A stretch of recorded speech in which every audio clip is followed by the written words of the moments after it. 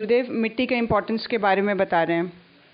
ध्यानपूर्वक सुनेंगे, आगे बहुत ही इम्पोर्टेंट इन्फॉर्मेशन है। और ये देख लीजिए कि इतनी प्रचुर मात्रा में ये चीज़ हमारे पास अवेलेबल है। अगर थोड़ी सी भी अवेयरनेस हम अपनी बढ़ाते हैं तो कहीं से भी, अगर कहीं कुछ घर बन रहा है, कहीं गहरी खुदाई की गई है, तो वहाँ से मिट्टी ला के स्टोर किया जा सकता है घर पे। और सबसे इम्पॉर्टेंट जो आजकल प्रॉब्लम होती है, बच्चों को भी प्रॉब्लम होती है कि फ़ास्ट फूड खाने की वजह से पेट कई बार कॉन्स्टिपेटेड हो जाता है। तो ये नाभि के नीचे मिट्टी का जो लेप है, वह वैसे भी स्वास्थ्य को अच्छा रखने के लिए बहुत ही लाभकारी है, इम्पॉर्टेंट है।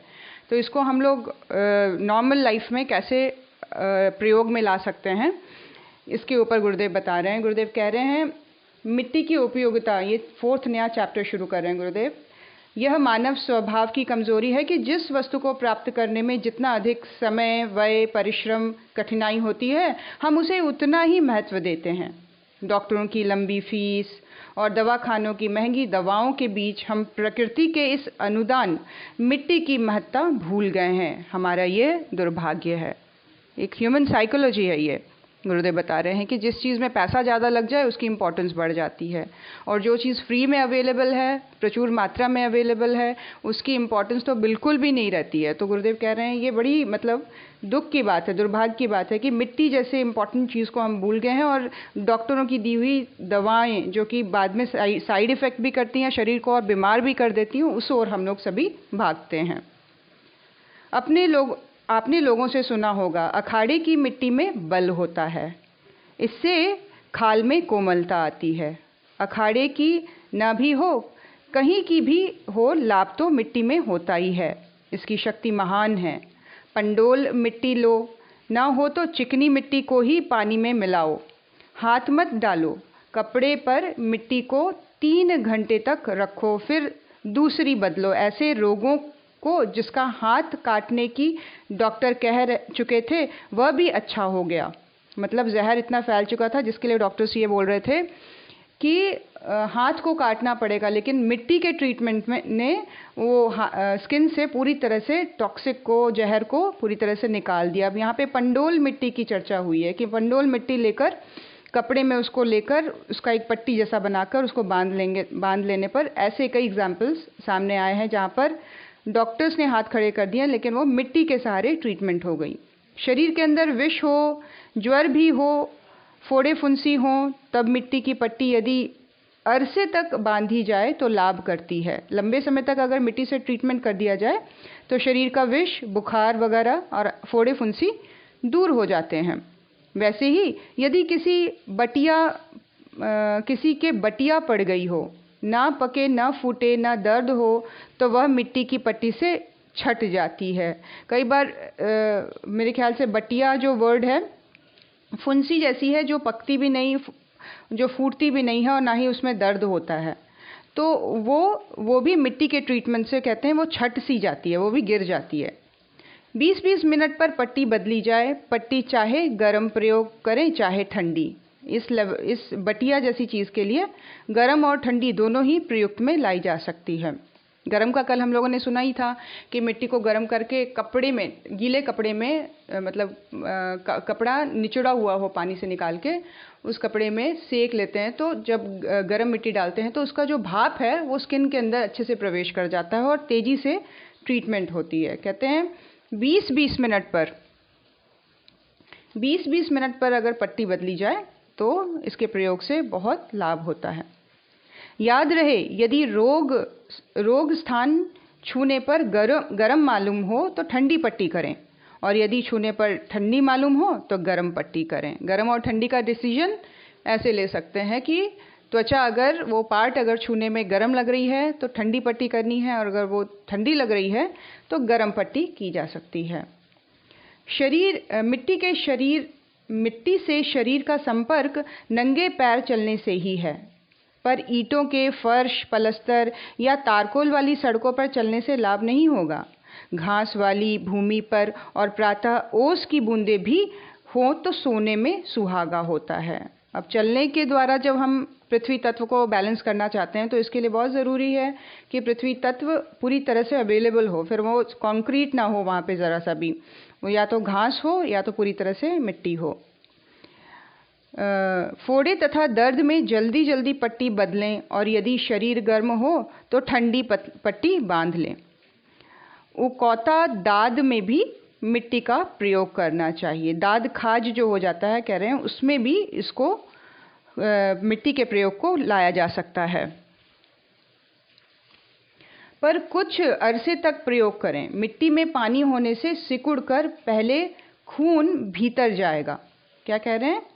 पहले इसका लंबा प्रयोग करना चाहिए। इसके प्रोसेस में, ट्रीटमेंट प्रोसेस में टाइम लगता है। मिट्टी में पानी होने से सिकुड़कर पहले वो खून के भीतर जाएगा, फिर मिट्टी गर्म होने पर खून प्रतिक्रिया स्वरूप बाहर की ओर आएगा। इससे खून का दौरा न होगा। ये गुरुदेव बता रहे हैं दाद जो एक प्रकार का उकौता दाद जो होता है उसकी ट्रीटमेंट का तरीका। नॉर्मल जो चीज़ें हैं जैसे आँखों का गर्म हो जाना, बहुत ज़्यादा कंप्यूटर पे काम करते हैं तो आँखों का गर्म हो जाना, तो आँखों के गर्म हो जाने के लिए जो बताई गई कि छोटी सी जैसे आटे की टिक्की बनाते हैं रोटी बनाने के लिए, वैसी छोटी सी रोटी सी बना के आँख के ऊपर रखा जा सकता है। आँख में मिट्टी चली भी जाए तो उसमें कोई वो नहीं है, आँखों को धो सकते हैं, ये हार्मफुल नहीं रहेगी। जैसे मुल्तानी मिट्टी जैसी चीज़ें जो बहुत ही बारीक छनी हुई होती है, उसमें किसी भी प्रकार का कोई कूड़ा नहीं होने की संभावना होती है, ऐसी चीज़ों को। तो ये जो घरेलू इलाज है स्किन के ऊपर, मुहासों के ऊपर, फेशियल वो जो पैक बनाया जाता है उसमें भी मिट्टी का बहुत उपयोग है। और यहाँ तक कि पूरी बॉडी का ट्रीटमेंट के लिए पूरे शरीर में मिट्टी का लेप लगाने का भी प्रावधान है, ताकि बॉडी की जो टेम्परेचर है, उसका जो टॉक्सिक पूरे शरीर में फैला हुआ वो भी बहुत बढ़िया तरीके से एब्जॉर्ब कर लेती है मिट्टी। और आप उस ट्रीटमेंट के बाद फील करेंगे कि आप बिल्कुल लाइट हो गए हो, बिल्कुल आपके सारे पोर्स खुल गए हैं शरीर के और पूरी तरह से हवा आ रही है, जा रही है। तो ये एक बहुत ही तरोताज़गी देने वाला एक एहसास होता है मिट्टी की ट्रीटमेंट अगर लेते हैं तो। यहाँ गुरुदेव बता रहे हैं आँखों की जलन या सर दर्द, रक्तचाप में लंबे अरसे तक मिट्टी का प्रयोग करना चाहिए। इसका जो ट्रीटमेंट प्रोसेस लंबा चलाना चाहिए, जल्दी छोड़ नहीं देना चाहिए। गाठिया में विशेष लाभ होता है, जिनको गाठिया है वो इसका बहुत फ़ायदा ले सकते हैं। ऐसे रोगों में विषैले पदार्थों के जमा होने से खून का दौरा कम हो जाता है। इससे पहले ही से ठंडक बनी रहती है। अतः मिट्टी को गर्म करें मिट्टी कूट पीसकर पानी मिलाकर डिब्बे में रखें और डिब्बे को उबलते पानी में रखें। अब ये कोई नया तरीका है, एकदम से मैं एक्चुअली यहाँ पे टॉपिक शुरू हो जा रहा है, मैं फिर से पढ़ती हूँ। गाठिया जैसे रोगों में कैसे करना है। ऐसे रोगों में विषैले पदार्थ के जमा होने से खून का दौरा कम हो जाता है ना। जो ब्लड सर्कुलेशन है वो स्लो डाउन हो जाता है, बहुत सारे विषैले पदार्थों के जमा हो जाने के कारण। इससे पहले ही से ठंडक बनी रहती है, इसीलिए ब्लड फ्लो प्रॉपरली नहीं होगा तो शरीर पहले से ही ठंडा सा बना रहेगा। अतः कह रहे हैं मिट्टी को गर्म कर लें। मिट्टी को गर्म करने का प्रोसेस पहले भी बताया था। इससे गर्मी देर तक बनी रहेगी। ऐसे एंटी फ्लाजस्टीन का असर रहेगा, वरन और ज़्यादा ही। यह गरम प्लास्टर आधे घंटे बाद बदलते रहें। ये जो गरम प्लास्टर मिट्टी का बनाते हैं हम, अब इसका तरीका मैं एक मिनट फिर से पढ़ देती हूँ। मिट्टी कूट पीसकर पानी मिलाकर डिब्बे में रखें और डिब्बे को उबलते पानी में रख दें, फिर ग्लिसरीन मिला दें। इससे गर्मी जो है वो देर तक बनी रहती है। क्या कह रहे हैं, मान लीजिए एक प्लास्टिक का डब्बा लिया जो हल्के से हीट को बर्दाश्त कर पाएगा, पानी के गर्माहट को, उसमें मिट्टी डाल ली, उसमें हल्का सा पानी भी भर दिया और फिर उसमें ग्लिसरीन भी डाल दी। ग्लिसरीन डालने से हीट बहुत देर तक मिट्टी की जो है वो मेंटेन्ड रहती है। इसको बोलते हैं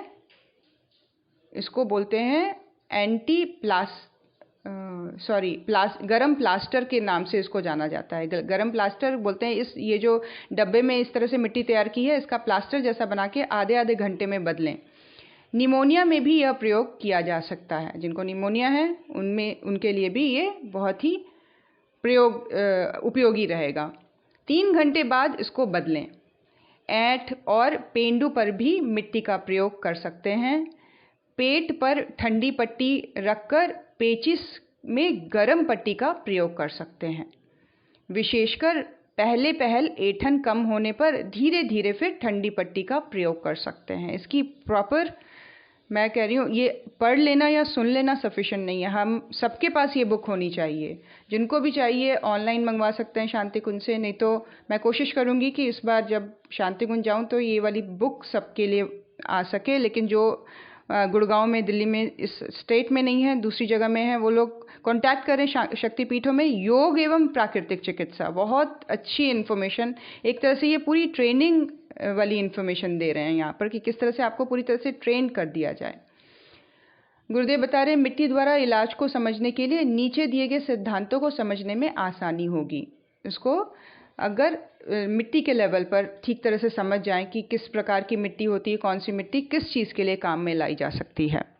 यहाँ पे गुरुदेव बता रहे हैं काली मिट्टी जो है, काली मिट्टी खुले हुए रोगों में यह लाभकारी होती है। खुले हुए रोग कैसे? जैसे भाई फोड़ा फुंसी हो गया है, स्किन के ऊपर कोई चीज़ आ गई है, वहाँ पर खुले काली मिट्टी का प्रयोग किया जा सकता है। चर्म रोग में, जैसे स्किन के ऊपर किसी भी तरह की प्रॉब्लम, इसमें उपयोगी है। खुजली, दाद ये तथा तेज गर्मी या जल जाने पर तथा मकड़ी में भी प्रयोग उत्तम रहता है। मकड़ी अगर काट ले तो कैसे छोटे छोटे दाने से हो जाते हैं और बार बार वो खुजली होती रहती है उस जगह पे, तो मकड़ी वाला पानी भी लग जाए या दांत खाज खुजली है तो इसके लिए काली मिट्टी अगर कहीं पे अवेलेबल है तो उससे आप ट्रीटमेंट कर सकते हैं। बिल्कुल उसको उस फोड़े पर, उस घाव पे, उस दाग पे आराम से थोपा जा सकता है, लगाया जा सकता है बार बार चेंज करके। फोड़े फुंसी में भी लाभप्रद होता है। खाल पर सफ़ेद दाने हों तब नींबू का रस भी काली मिट्टी में मिला लें, है ना। अगर स्किन में सफ़ेद दाग हो जाते हैं तो बोल रहे हैं काली मिट्टी लें और उसमें नींबू मिक्स कर लें, है ना। कभी कभी देखते हैं स्किन में छोटे छोटे वाइट स्पॉट्स बनते चले जा रहे हैं, कई बार बच्चों के पीठ में बन जाते हैं। तो ये इस ट्रीटमेंट के लिए बोल रहे हैं काली मिट्टी और नींबू को मिक्स करके इसका प्रयोग किया जा सकता है। यदि एक सेर मिट्टी में आधा चूना बारीक पीस कर मिला लें तो और भी अच्छा है। क्या कह रहे हैं? एक सेर मिट्टी ली और आधा चूना ले लिया। चूना भी मिलता है ना पान में जो लगता है, वो चूना को, या जो डिस्टेंपर के लिए भी यूज़ हो सकता है, वो थोड़ा सा चूना मिक्स करके दोनों को मिला के बोलते हैं इसका और भी पावरफुली वो ट्रीटमेंट करने लग जाता है स्किन से रिलेटेड प्रॉब्लम्स पे। दूसरा गुरुदेव बता रहे हैं चिकनी या धुई मिट्टी, जो बहुत ही चिकनी होती है। ये कह रहे हैं गुरुदेव अंदरूनी सूजन में यह ज़्यादा फ़ायदेमंद होती है। आंतों की सूजन, है ना, जैसे लीवर स्वेलिंग की प्रॉब्लम बहुत कॉमन हो गई आजकल, लिवर में स्वेलिंग है तो उसके लिए ये बहुत ही सशक्त है। चिकनी मिट्टी अगर कहीं पे मिल जाती है, धुई मिट्टी, तो ये सूजन में बहुत लाभकारी होती है। बच्चों के यकृत रोगों में गाय के पेशाब में मिट्टी छनवाकर तैयार करें, उससे बहुत लाभ होता है ना। गाय का पेशाब अगर मिलता है तो वो अगर कहीं से आप ला सकते हैं गौशाला से, तो गौशाला से लाकर उसको स्टोर कर लें मिट्टी में मिक्स करके, तो वो बच्चों में अगर सूजन, पेट में किसी भी तरह की यकृत रोगों से रिलेटेड कोई प्रॉब्लम शुरू हो गई है तो उसको आप बहुत अच्छे से ट्रीट कर सकते हैं। बढ़े हुए जिगर या टॉन्सिल में सेब तो इतना अधिक लाभ करता है कि केवल सेब खाकर रोग को दूर किया जा सकता है, पर सेब लेट कर खाएं और उसे चाकू ना लगाएं। अच्छा, ये मिट्टी के अलावा एक पॉइंट यहाँ पे ऐड हो गया है कि बढ़े हुए जिगर या टॉन्सिल में, टॉन्सिल अगर बहुत ज़्यादा बढ़ जाए, है ना, और जिगर अगर उसमें अगर स्वेलिंग आ रही है तो इसमें कह रहे हैं लेट कर सेब खाने से, बिना उसमें चाकू लगाए अगर सेब खाते हैं तो कहते हैं उसमें बहुत फ़ायदा करता है। अब देखिए आयुर्वेद में क्या क्या चीज़ें कैसे कैसे काम करती है। फलों को काटने का भी तरीके के ऊपर डिपेंड करता है कि उसका इम्पैक्ट हमारे शरीर पे कैसा होगा। यहाँ कह रहे हैं चाकू नहीं लगाना है, सेब को पूरा साबुत खाना है लेट कर, तो इससे बढ़ा हुआ जिगर या टॉन्सिल है तो उसके ऊपर अच्छा इम्पैक्ट होगा। यहाँ दूसरी मिट्टी, तीसरी मिट्टी बता रहे हैं गुरुदेव मुल्तानी मिट्टी, जो कि बहुत कॉमन है और ईजिली अवेलेबल है मार्केट में। गुरुदेव बता रहे हैं अंदरूनी मादे को खींचकर ऊपर लाने में यह मिट्टी बहुत ही लाभकारी है। जैसे यह रक्त की अधिक गर्मी को शांत करती है। ऊपर की मादी यह मिट्टी घसीटती है, मतलब ऊपर सरफेस लेवल पर अगर किसी भी तरह की विषाक्तता, टॉक्सिक इकट्ठी हो गई है तो ये बॉडी के अंदर से उसको खींचने में बहुत ही अच्छा रोल अपनाती है। कई बार रक्त की गर्मी को भी ये शांत कर देती है, रोगों को ऊपर लाकर रोग समाप्त कर देती है। बॉडी के इनर लेवल से रोगों का जो रीज़न है उसको वो खींचकर ऊपर सरफेस लेवल पर ले आती है और उसको ट्रीट करती है। ये है मुल्तानी मिट्टी। साधारणतया ठंडी पट्टी ही इसकी लगानी चाहिए, पर यदि आँख में दर्द और आँख जलती नहीं है तो तनिक गर्म मिट्टी का भी उपयोग कर सकते हैं। आँखों में अगर दर्द है और आँखों में जलन नहीं है, इन दोनों सिचुएशन को अगर ठीक से समझ लिया जाए तो गर्म पट्टी भी बांध सकते हैं आँखों के दर्द को ठीक करने के लिए। आँखों का दर्द एक है, आँखों का गर्म हो जाना दूसरा है। अगर आँखें गर्म हो जा रही हैं काम करने पर, जलन सी हो रही है, दर्द नहीं है, जलन है, बहुत कंटिन्यूस काम करने पर, लैपटॉप पे, इंटरनेट पे, ऑफिस पे काम करने पर कई बार आँखों में जलन सी होनी शुरू हो जाती है, तो वहाँ पे ठंडी पट्टी करनी है। लेकिन इनर लेवल पर कहीं कोई दर्द अगर हो रहा है आँखों में, तो उसके लिए हल्का जो बर्दाश्त करने लायक गर्म पट्टी है वो मुल्तानी मिट्टी की जा सकती है। मिट्टी का उपयोग तो सांप काटने पर भी होता है। आदमी की लंबाई चौड़ाई का एक गड्ढा खोदकर आदमी को उसमें खड़ा करें तथा इस प्रकार लेटा दें कि उसका शरीर मिट्टी छूता रहे। शेष अन्य उपचार चाहे तो कर सकते हैं। मिट्टी में विष खींचने की शक्ति सबसे अधिक होती है। याद रहे, एक बार की प्रयोग की हुई मिट्टी विषाली हो जाने के कारण फेंक देना चाहिए। ट्रीटमेंट के द्वारा जो भी मिट्टी हम यूज़ कर रहे हैं और जो हम यूज़ कर चुके हैं घाव के ऊपर, जिसका इस्तेमाल हो गया है, उसको दोबारा नहीं यूज़ करना है, उसको फेंक देना है। हमेशा ही ताज़ी और नई मिट्टी को प्रयोग में लाना चाहिए। प्रकृति की महानता अनंत है। रेगिस्तान तथा पर्वतों को छोड़कर सब कहीं मिट्टी ही मिट्टी है। यदि हम उसकी उपयोगिता समझ सकें और फिर उसे इलाज द्वारा लाभ भी उठा सकें, तो जहाँ डॉक्टर वैद्य प्राप्त नहीं है, वहाँ धन भाव है, वहाँ बिना खर्च के ही अपना इलाज किया जा सकता है। प्रकृति को माँ कहा गया है। इसका मतलब माँ हमेशा ही हमारी पूरी तरह से सिक्योरिटी का ध्यान रखती है। अगर कोई चीज़ आपको ह्यूमन लेवल पर अवेलेबल नहीं है, रिसोर्सेज के लेवल पर अवेलेबल नहीं है, तो नेचर अपने आप ट्रीटमेंट कर सकती है। हमको हमेशा नेचर के शरण में जाना चाहिए। कई बार ऐसा देखा गया है कि कैंसर पेशेंट्स को बोल दिया जाता है कि आप पूरी तरह से नेचर के बीच में रहिए, आप गौ पालन करिए, आप गोबर के टच में रहिए, आप ऐसा घर बना के रहिए जो गोबर से, मिट्टी से मिल के बना हुआ है, आप गाय की सेवा करिए। गाय की सेवा से बहुत सारे लोगों का कैंसर और बहुत सारी बीमारियां ठीक हुई हैं। तो ये सारी चीज़ हम देखेंगे कि हम जितना प्रकृति के और एक नेचुरल वे ऑफ लिविंग के नज़दीक आते चले जाते हैं, हम उतने ही स्वस्थ होते चले जाते हैं, हम उतने ही मन से भी प्रसन्नचित्त होते चले जाते हैं। अगला चैप्टर गुरुदेव बता रहे हैं, अध्याय मिट्टी में अमृत मिला है।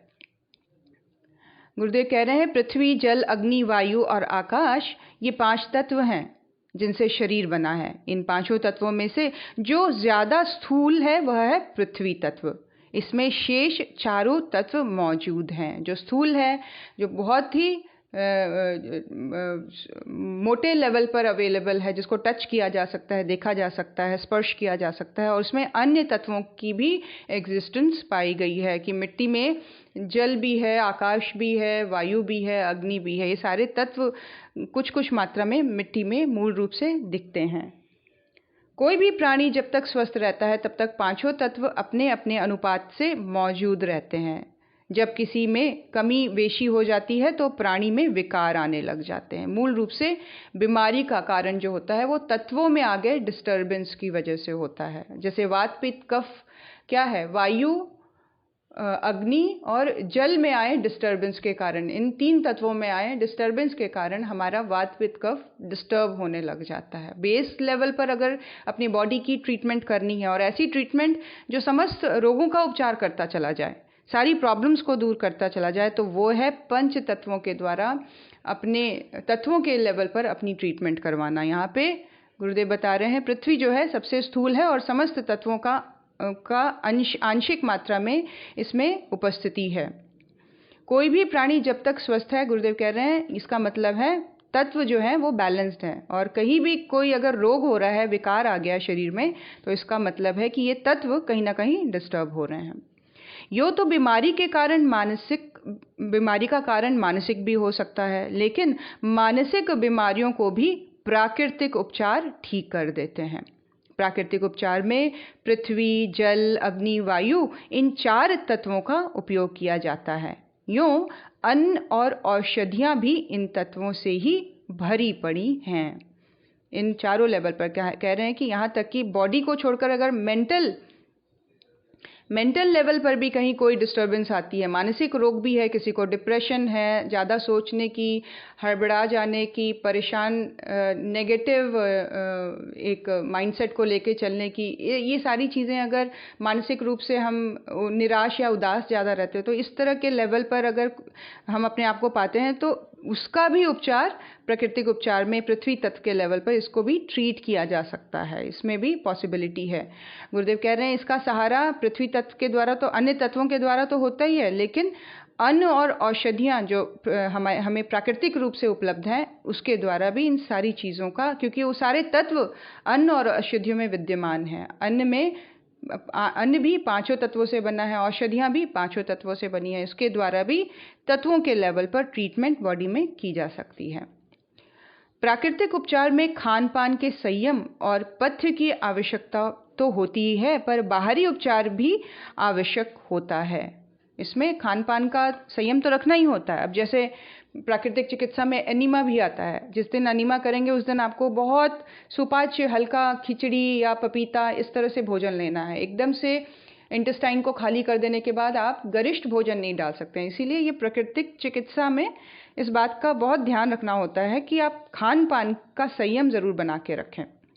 बाहरी उपचार अंदर के विकारों को निकालता है और खान पान, आहार विहार भीतर के विकारों को बढ़ने से रोकता है। ऊपर से जो हम ट्रीटमेंट कर रहे हैं इस लेवल पर, जहां हम मिट्टी का प्रयोग कर रहे हैं, अग्नि का प्रयोग कर रहे हैं, ये ऊपर के लेवल पर ट्रीट कर रहा है, लेकिन अंदर के लेवल पर हम खान पान के संयम के द्वारा, उसमें लाए चेंजेस के द्वारा अंदर के विकारों को हम ठीक कर सकते हैं।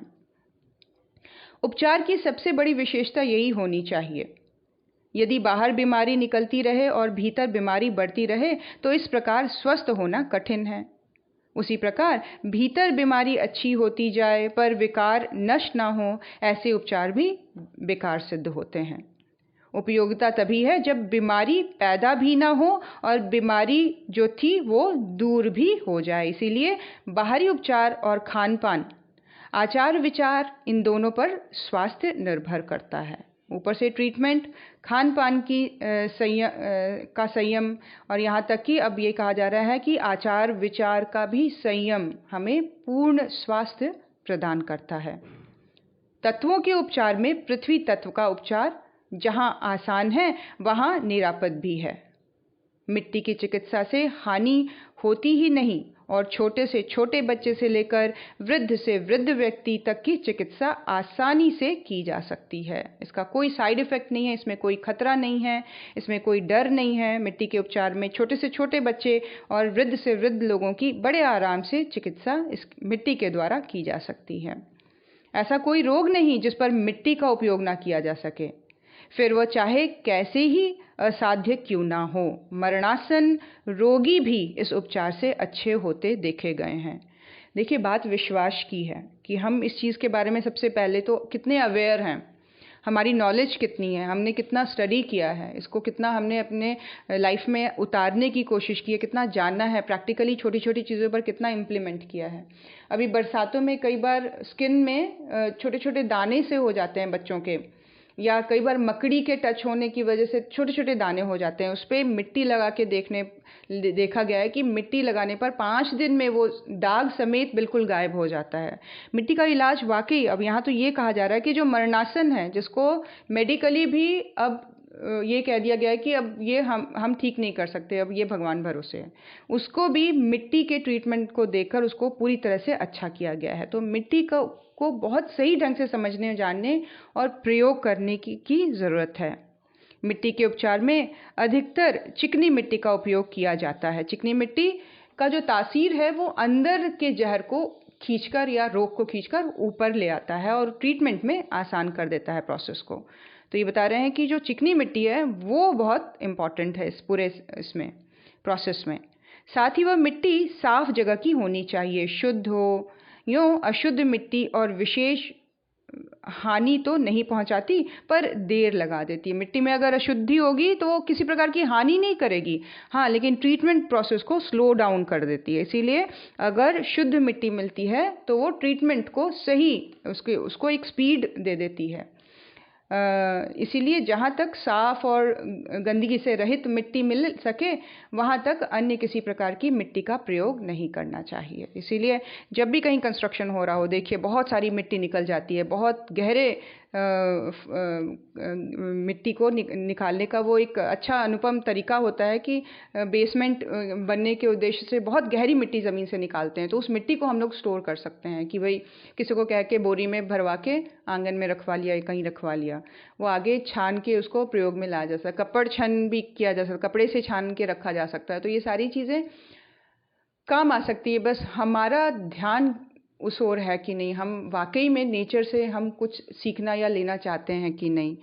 हम ये भी देखें कि स्किन से रिलेटेड आजकल लोग सौंदर्य को लेकर बहुत ज़्यादा अवेयर हैं कि भाई स्किन अच्छी होनी चाहिए, चेहरे पर कहीं कोई स्पॉट नहीं होना चाहिए। तो उस पर भी हम इसको डिफरेंट लेवल पर एक्सपेरिमेंट कर सकते हैं। उसमें ग्लिसरीन मिलाकर, उसमें गुलाब जल मिलाकर, उसमें अलग तरीके के जैसे और भी जैसे नीम के पत्ते का पाउडर या चंदन पाउडर मिक्स करके इस तरह से डिफरेंट उसको एक टच देकर प्रयोग में लाया जा सकता है। इसको प्रैक्टिकली हम सभी करके डिफरेंट तरीके से देख सकते हैं। छोटे छोटे लेवल पर इसका प्रयोग करके इसके डिफरेंस को नाप सकते हैं। मिट्टी में किसी प्रकार के कंकड़ पत्थर नहीं होने चाहिए और हो तो उसे निकाल दें। मिट्टी को बारीक पीसकर यदि संभव हो तो कपड़ छन, जो अभी हम बात कर रहे थे, कपड़े से छान लेना कर लेना चाहिए, पर ना हो तभी काम चल जाएगा, कंपलसरी नहीं है।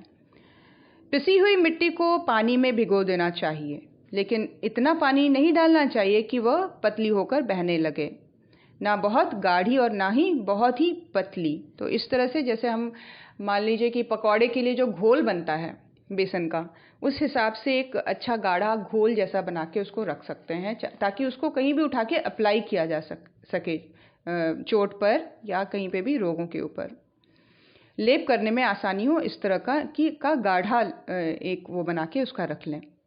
इसके बाद किसी साफ कपड़े को गीला करके उसकी तह बनाकर उस जगह पर रख देना चाहिए। मिट्टी गिर ना पड़े या स्थानांतरित ना हो जाए, इसके लिए उस पर पट्टी बांध देनी चाहिए। पट्टी इस तरह से बांधे गीली मिट्टी को उसके ऊपर रख के, रोक के ऊपर, कि वो मिट्टी जो है वो अपनी स्थान से इधर उधर मूव ना हो, घाव के ऊपर ही बना रहे। पट्टी बांधते समय इस बात का बराबर ध्यान रखना चाहिए कि गांठ अधिक कसी ना जाए, जिसके कारण रक्त वाहिनी नाड़ियों पर दबाव पड़े, ना पट्टी इतनी ढीली हो कि मिट्टी गिर पड़े।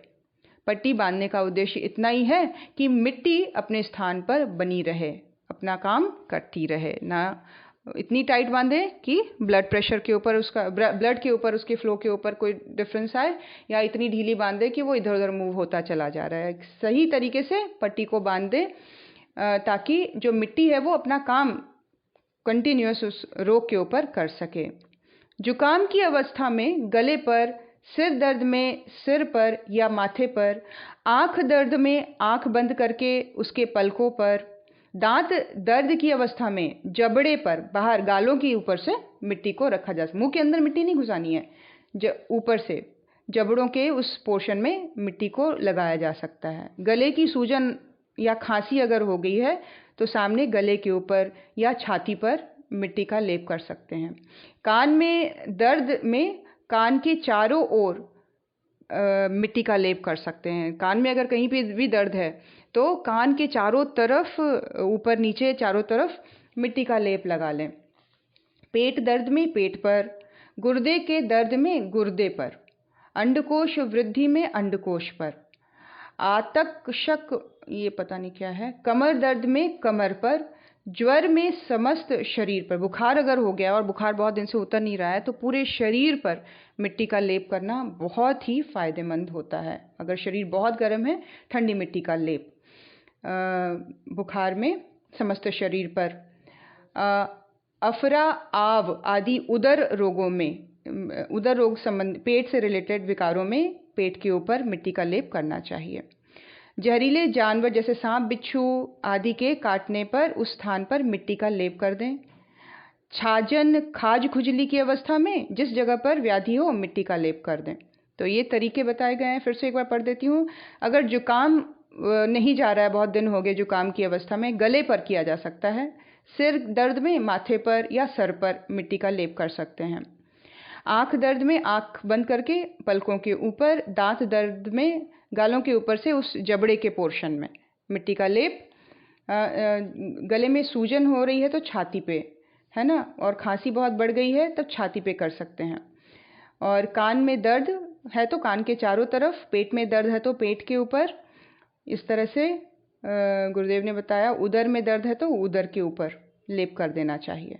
गुरुदेव कह रहे हैं आमतौर से सारे विकार उदर के कारण ही हुआ करते हैं, इसीलिए प्रत्येक अवस्था में पेट के ऊपर मिट्टी की पट्टी अवश्य बांधनी चाहिए। क्या कह रहे हैं कि किसी भी, मोस्टली ऐसा देखा गया है कि जो मेजर प्रॉब्लम्स होते हैं लोगों के, वो पेट की गड़बड़ी के कारण होते हैं। इसीलिए पेट में ज़रूर, हर एक बीमारी में उदर के ऊपर ज़रूर मिट्टी का लेप कर लें। कभी अगर बॉडी वीक लग रही है, स्वस्थ फील नहीं हो रहा है, तो आप ये वाला करके देखिए घर पे, मुश्किल नहीं है। सैटरडे संडे जब भी समय मिलता है आराम से काम करने का, तो उस दिन जैसे अन्य कामों से अवकाश लेकर 1-2 घंटे का समय अपने लिए निकालिए और पेट में, उदर पे मिट्टी का लेप करके आराम से लेट जाइए। फिर आप उस डिफरेंस को फील करेंगे बाद में कि किस तरह से आप बिल्कुल लाइट और बिल्कुल स्वस्थ फील कर रहे हैं। इसीलिए गुरुदेव कह रहे हैं जो सारे विकार हैं वो उदर में आए विकार के कारण होता है। उदर ही सारी बीमारियों का कारण है।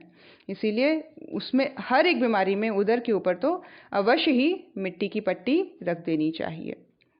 थोपी हुई मिट्टी गर्म होना आरंभ होती है, उस पर वह अंदर के विकारों को निकालने में लगी रहती है। इसीलिए जैसे ही मिट्टी का लेप सूखने लगे उसे उतार कर फिर दूसरी लगा देना चाहिए। मिट्टी का गर्म होते जाना, इसका मतलब बॉडी की जो हीट है, बॉडी में जो विषैले तत्व हैं वो एब्जॉर्ब करना शुरू कर दिया है मिट्टी ने, इसीलिए जल्दी वो सूखने सी लग जाती है। जितना ज़्यादा विकार होगा उतनी जल्दी मिट्टी सूख जाया करेगी। इसीलिए जो मिट्टी सूख जाती है उसको उतार के फेंक देना है, मतलब उसको प्रयोग में नहीं लाना है दोबारा, फिर नई ताज़ी मिट्टी का प्रयोग करना है। उतारी हुई मिट्टी को फिर दोबारा न लगाना चाहिए और ना गर्म की हुई मिट्टी को लगाना चाहिए। चकते, मुहासे आदि में भी मिट्टी का लेप, मिट्टी का उपटन अपना चमत्कारी प्रभाव दिखाते हैं। यहाँ तक कि हृदय रोग में भी इसे लोगों ने आजमाकर देखा है। हार्ट से रिलेटेड जो प्रॉब्लम्स हो जाती हैं, गुरुदेव कह रहे हैं कि उसमें भी मिट्टी का लेप करना, मिट्टी का उपटन लगा लेना, हार्ट से रिलेटेड। अगर आपको कभी लगता है कि हार्ट बीट बढ़ी रहती है ज़रूरत से ज़्यादा, तो एक बार आप थोड़ा सा एक मिट्टी का पेड़ा बना लें और उसको छाती के ऊपर लगा के या पकड़ के बैठ जाएं, लगा के रख लें, या इस तरह से पट्टी बांध लें घुमा के पूरा, कि वो देर तक उसमें बनी रही। तो गुरुदेव कहते हैं ये ऑल्दो ये जो जितने भी मिट्टी की जो ट्रीटमेंट है थोड़ा सा टाइम टेकिंग है, इसको कंटिन्यूस अगर हम लेके चलिए कि 15-20 दिन तक अगर हम कंटिन्यूस करते हैं, तो ये हार्ट से रिलेटेड प्रॉब्लम्स को भी, दिल का बहुत तेज़ी से धड़कना या कभी वीक फील करना, वो सारी चीज़ें हृदय रोग से रिलेटेड, इसको भी बहुत इसमें रोगों को सही करने में सफलता मिली है। अब देखिए गुरुदेव कह रहे हैं लकवा की हालत में तो गड्ढा खोदकर सिर का भाग ऊपर रखकर मनुष्य को उसमें दबा देना चाहिए। उससे वात वह नाड़ियों में गति होना आरंभ हो जाता है और लकवा दूर हो जाता है। लकवा मीन्स व्हाट? लकवा मीन्स कुछ नर्व्स जो हैं वो डेड हो गई हैं, उनको एक्टिवेट करना है। तो उनको एक्टिवेट करने का एक बहुत ही सशक्त माध्यम है, गर्दन तक उस व्यक्ति को ज़मीन के अंदर दबा दिया जाए। और इतना गहन प्रभाव जो धरती का पड़ता है उसकी नस नाड़ियों में कि हर जगह जो है वो फ्लो जो एक्टिव होना चाहिए नाड़ियों का, वो स्टार्ट होना शुरू हो जाता है। उनकी नसें, नाड़ियाँ एक्टिव होनी शुरू हो जाती हैं। तो लकवा जैसी चीज़ें जिसको मतलब एक बार हो जाए तो व्यक्ति जीवन भर वैसा ही रहता है, उसके लिए भी मिट्टी के द्वारा अचूक इलाज है, अचूक इलाज गुरुदेव कह रहे हैं। तो देखिए किस प्रकार से प्रकृति के नज़दीक हम जैसे जैसे होते चले जाएंगे। मिट्टी का ही मान लीजिए, अब ये सोच लीजिए कि भाई मिट्टी तो हमेशा ही घर पे अवेलेबल रहना चाहिए। अपसेट है पेट, मन में थोड़ी सी क्या बोलते हैं उसको, घबराहट सी हो रही है, इसका मतलब कहीं ना कहीं हमारे खान पान में या उदर में कुछ डिस्टर्बेंस आ गई है। फटाफट से 1 घंटे के लिए अपने आप को फ्री करके उदर के ऊपर एक लेप लगा लीजिए। ये फ्रीक्वेंटली हम जितना करेंगे हम इसके इम्पोर्टेंस को समझ जाएंगे। और बच्चों को जब भी मुहासों से रिलेटेड, चेहरे पर किसी भी तरह के दाग से रिलेटेड अगर प्रॉब्लम है, मिट्टी का प्रयोग करके देखें, मुल्तानी मिट्टी का। मुल्तानी मिट्टी के प्रयोग में सावधानी ये रखनी है कि प्रयोग के बाद स्किन ड्राई हो जाती है, उसको पूरा मॉइस्चर दें, मॉइस्चराइज करें, ताकि उसका जो इम्पैक्ट है वो रूखेपन से फिर वो दूसरी परेशानी ना शुरू हो जाए। इसीलिए हम पूरे बॉडी को मॉइस्चराइज अच्छे से करें ये मिट्टी के ट्रीटमेंट के बाद। आइए, गुरु सत्ता ने हमें प्रकृति के एक अनुपम और बहुत ही जिसको ज़बरदस्त तरीके बताएं मिट्टी से किस तरह हम स्वस्थ रह सकते हैं। नेचर के बीच नंगे पांव घूमना, मिट्टी में घूमना, मिट्टी में खेलना, बच्चों को खेलने देना, ये सारी चीज़ें उनके स्वास्थ्य का संवर्धन ही करेंगी। हम नेचर में जितना जाएंगे हम उतने ही जिसको बोलते हैं एक कंप्लीट लाइफ के क्लोज होते चले जाएंगे। फिज़िकली हेल्दी, इमोशनली हेल्दी होते चले जाएंगे। आप देखेंगे कि आपको अगर कहीं मौका मिलता है गौशाला में जाकर सेवा करने की, तो आप देखेंगे कि आपका इमोशनल जो कोशेंट है उस दिन कितना बढ़िया बना हुआ है, इमोशनल लेवल कितना सही बना हुआ है सेवा करने के बाद। और गौ की सेवा के बाद तो उसका इम्पैक्ट ही डिफरेंट पड़ता है। गाय आने वाले समय में बहुत ही इम्पॉर्टेंट एक पार्ट हो जाने वाली है ह्यूमन लाइफ की, और एक नेसेसिटी हो जाने वाली है। आज जैसे गाड़ी सबको चाहिए, गाड़ी सबके पास होनी चाहिए, वैसे ही गाय सबके पास होनी चाहिए हो जाएगा ये डेफिनेशन, क्योंकि उसके बिना लाइफ को कंप्लीटनेस देना इम्पॉसिबल है। वो हमें सब कुछ देने का एक आधार है। इसके बारे में तो जो अब रिसर्च आ रहे हैं वो एकदम हैरान कर देने वाले हैं। मैं डॉक्टर जोशी अंकल जी से भी रिक्वेस्ट करूंगी, आंटी जी से भी रिक्वेस्ट करूंगी कि आपके पास जो भी इस तरह की इन्फॉर्मेशन आए आप ज़रूर ग्रुप में ज़रूर शेयर कर दें, एक बार ग्रुप में ज़रूर शेयर कर दें। और नीरू से रिक्वेस्ट करेंगे अंकल आंटी जी को एडमिन बना दिया जाए, सो दैट ये इम्पॉर्टेंट इन्फॉर्मेशन वो ज़रूर शेयर करें। आइए गुरु सत्ता के चरणों में नमन करें। आज उन्होंने जो ज्ञान दिया है वो शक्ति, वो सामर्थ्य हमें दें कि इस ज्ञान को हम इम्प्लीमेंट कर सके अपनी लाइफ पे, उसको एक्सपेरिमेंट कर सके, यूटिलाइज कर सके। सोचने तक के और सुनने तक ही नहीं रहें, रोक ना दें जीवन को, यहीं पर करने की गति, एक्शन ओरिएंटेड बनने के स्टेज में आएँ, कुछ चेंज लाएं, कुछ बदलाव लाएं, कुछ रिवॉल्यूशन, कुछ छोटे स्टेप के द्वारा क्रांति उठाएं अपने जीवन में और अन्यों के भी जीवन में। गुरु सत्ता के चरणों में शत शत नमन।